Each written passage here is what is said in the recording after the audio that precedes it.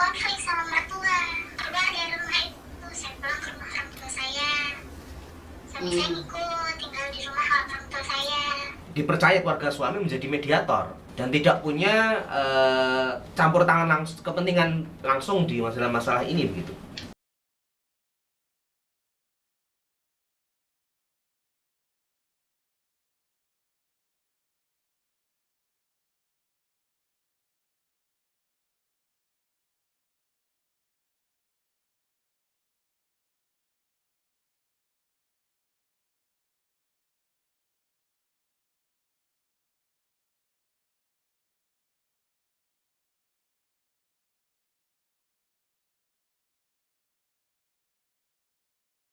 Bismillah, Assalamualaikum Om. Ya, ini kami dari tim Lembaga Konsultasi Al-Kalam Al-Kalam, Lembaga Konsultasi dan Kajian Agama Islam yang diasuh oleh Ustadz Wijayanto. Nah, oh ya, ini di sebelah saya ini banyak para ustadz. Ada alumni Madinah, Mekah, Mesir, dan Libya. Gimana ceritanya, mohon maaf, terkait permasalahan yang jenengan sampaikan ke kita? Jadi saya tuh punya masalah keluarga, rumah tangga saya sama suami saya gitu kan. Sebenarnya masalahnya sepele kan, tapi saya kemarin nikah itu 2020 akhir, terus tinggal di rumah mertua. Sampai saya melahirkan anak, setelah itu saya ada konflik sama mertua. Keluar dari rumah itu, saya pulang ke rumah orang tua saya. Suami saya ngikut tinggal di rumah orang tua saya. Setelah saya bertengkar sama mertua itu, saya sama mertua itu belum ada ketemu lagi sama sekali. Nah, ketika kemarin bertengkar sama suami saya pulang ke rumahnya. Dia bawa semua barang-barang dia pulang ke rumahnya. Orang tuanya tanya kenapa, kemudian gimana, dia cerita. Terus kemarin ketika baru-baru bertengkar, kita mau baikan lagi nih kan, karena udah terlanjur orang tua saya dan orang tua dia, orang tua suami saya juga tahu bahwasanya kami bertengkar sampai pisah rumah, sampai suami ada keluar talak satu buat saya. Jadi ketika suami mau ngajak sama-sama lagi, orang tua saya bilang ya udah sini, bawa orang tua kamu kesini, katanya kayak gitu. Ya kita ngobrolin sama-sama biar jangan sampai terulang lagi masalah kayak gitu kan. Tapi masalahnya ini mertua perempuan saya, karena tempo hari pernah bertengkar sama saya, beliau nggak mau dampingin suami saya untuk datang ke sini nemuin orang tua saya. Masalah itu makin keruh sampai suami saya bingung, dia mau milih antara saya atau ibunya. Gimana gitu biar buat nyikapinya, biar hubungan saya sama mertua sama suami dan orang tua saya sama mertua saya tuh bisa baik lagi gitu. Baik, ini mungkin saya awali dulu Ibu ya. Nanti insya Allah para ustadz yang lain akan menambahkan. Kalau hemat saya sih, untuk terkait hubungan orang tua ataupun mertua, kita kesampingkan dulu. Yang penting jenengan sama suami itu rukun dulu. Jalan apapun itu kalau bisa ditempuh dulu, asal tidak melanggar aturan Allah SWT.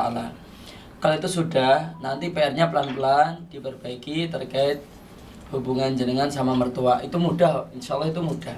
Apalagi jenengan sudah ada anak ya. Iya, Ustaz. Sudah ada anak, itu kan cucu dia itu, cucu mertua. Insya Allah dengan adanya anak itu akan luluh lambat laun. Tapi yang penting yang diutamakan itu adalah hubungan jenengan sama suami jenengan baik dulu.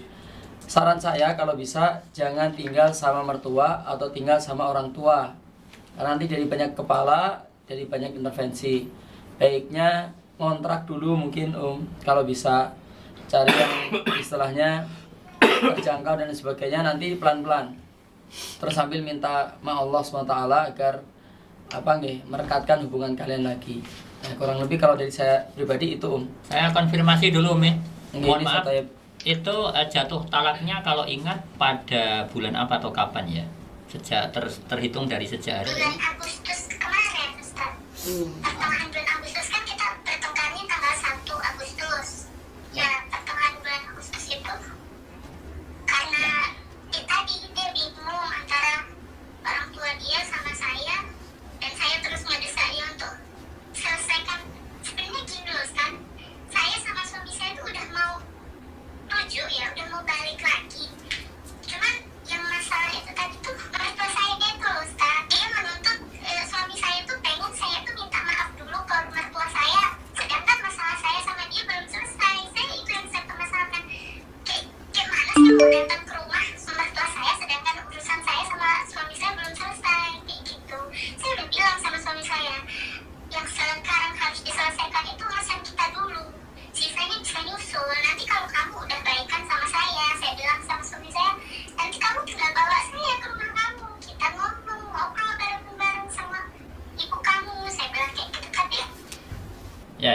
Yang terpenting ini dulu kaitannya dengan syariat Islam dulu ya. Saya tadi perlu konfirmasi kapan jatuh talak kaitannya dengan masa iddah Umi.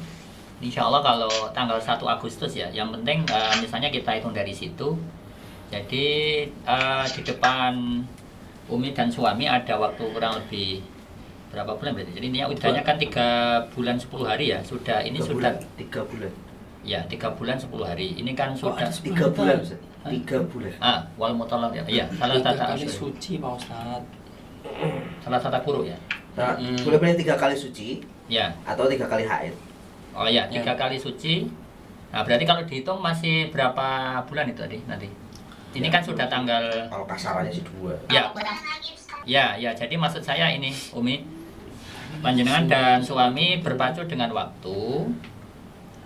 Jangan sampai proses rujuk antara panjenengan dengan suami itu kemudian melebihi masa iddah. Karena kalau melebihi masa iddah nanti akan tambah ruwet lagi. Saya tidak akan berandai-andai, hanya berharap dan berdoa semoga sebelum habis masa iddah itu masalah akan selesai antara Umi dan suami begitu ya. Betul, saya sepakat tadi bahwa yang lain tadi Umi sendiri juga sudah meyakini yang lain-lain itu bisa mudah. Hakim tadi juga sudah menyampaikan ya, insya Allah akan mudah dijalani apalagi ada faktor cucu tadi ya. Jadi memang betul langkah yang pertama adalah memperbaiki tadi hubungan dengan suami, syukur-syukur sebelum masa akhir tingkat waktu iddah gitu. Kayaknya sih sarannya saya hanya itu aja, satu-satu yang dijalani Umi. Jadi nggak usah terlalu dipikir yang terlalu banyak. Itu dulu dengan suami dulu diperbaiki komunikasi dan hubungannya, dan lebih cepat lebih baik sebelum jatuh masa iddah. Karena kalau sudah melewati nanti akan banyak hal yang terkait dengan itu. Wallahu a'lam. Insya Allah di sini juga saya memberi beberapa masukan ya. Tadi sudah baik sekali dari Ustadz Abdul Hakim dan Ustadz Thaib ya. Oke, yang pertama jelas itu tadi kita patut sadar memang betul hubungan pernikahan itu dibangun ya, dijalani oleh 2 orang, tapi di sini ada banyak pihak yang turut serta. Jadi saran Ustadz Hakim tadi itu sangat patut untuk dipertimbangkan. Okay. Dan dalam fikih Islam itu juga merupakan, walaupun tidak sampai kewajiban, tetapi itu sangat penting ya.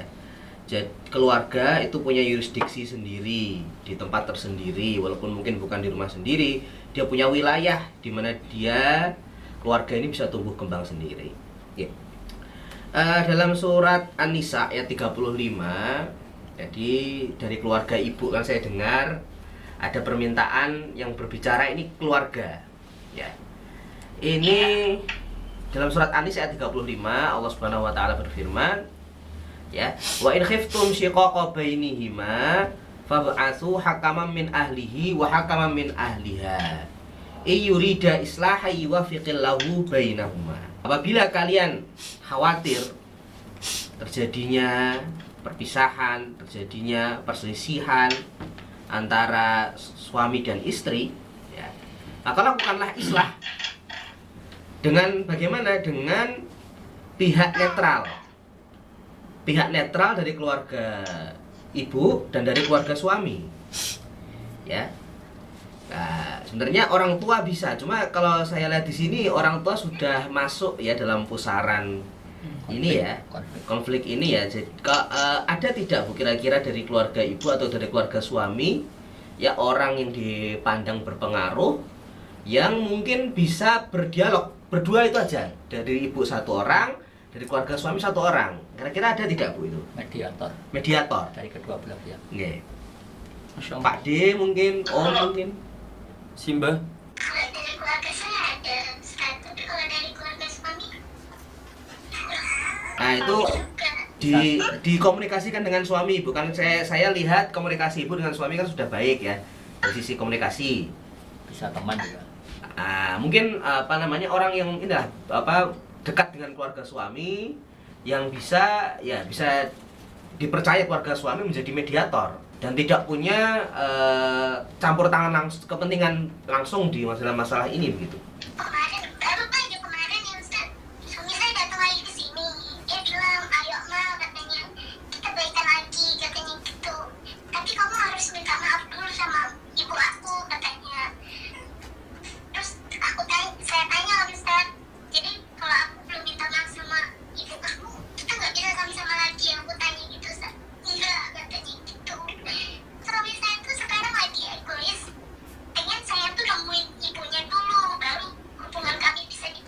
Karena saya udah jelasin, harusnya kita dulu yang diperbaiki, habis sisanya bisa nyusul bu.